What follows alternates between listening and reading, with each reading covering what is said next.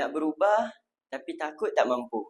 Hari ini saya nak berpesan kepada hati yang sedang lelah, hati yang sedang mencari arah dan hati yang dibisikkan, "Ya Allah, aku nak berubah tapi aku takut tak mampu." Jika dalam diri kita ada perasaan itu, ketahuilah itulah petanda Allah yang menginginkan kita pulang balik kepadanya. Sesungguhnya Allah Azza wa Jalla Maha penerima taubat dan Maha penyayang. Hijrah itu bukan untuk jadi sempurna. Hijrah itu adalah melihat siapa yang berani melangkah walaupun seinci kepada Allah.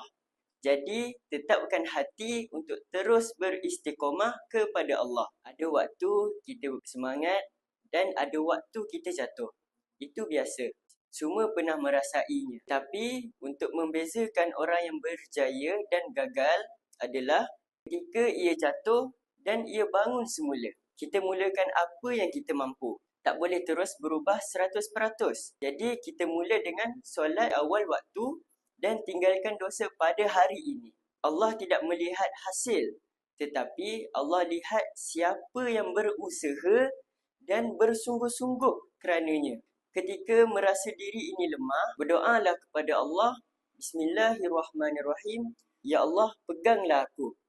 Jangan lepaskan aku daripada hidayahmu. Amin amin ya rabbal alamin.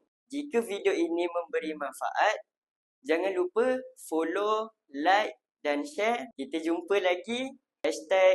#ingat umrah, ingat you go.